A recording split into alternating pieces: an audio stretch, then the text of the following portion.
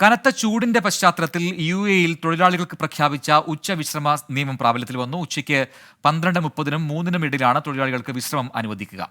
September 15 വരെ 3 മാസത്തേക്കാണ് നിയമം. ഉച്ചയ്ക്ക് 12:30 മുതൽ വൈകിട്ട് 3 വരെയാണ് തൊഴിലാളികൾക്ക് വിശ്രമം അനുവദിക്കുക.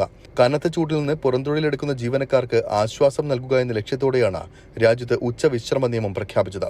തുറന്ന സ്ഥലങ്ങളിൽ ജോലി ചെയ്യുന്ന തൊഴിലാളികൾക്ക് നിർബന്ധമായും വിശ്രമം നൽകണമെന്നാണ് നിയമം അനുശാസിക്കുന്നത്.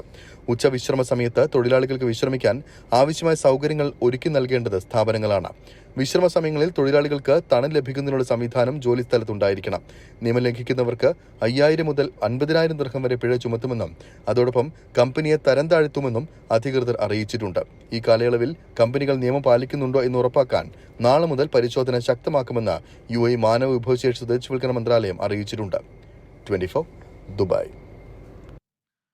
ലോകത്തെവിടെയായാലും ഏത് സമയത്തും 24 വാർത്തകളും ഓഗ്മെന്റഡ് റിയാലിറ്റി പാക്കേജുകളും എക്സ്പ്ലെയിനറുകളും വിശദമായി കാണാൻ ഞങ്ങളുടെ YouTube ചാനൽ നിങ്ങൾക്ക് സബ്സ്ക്രൈബ് ചെയ്യാം.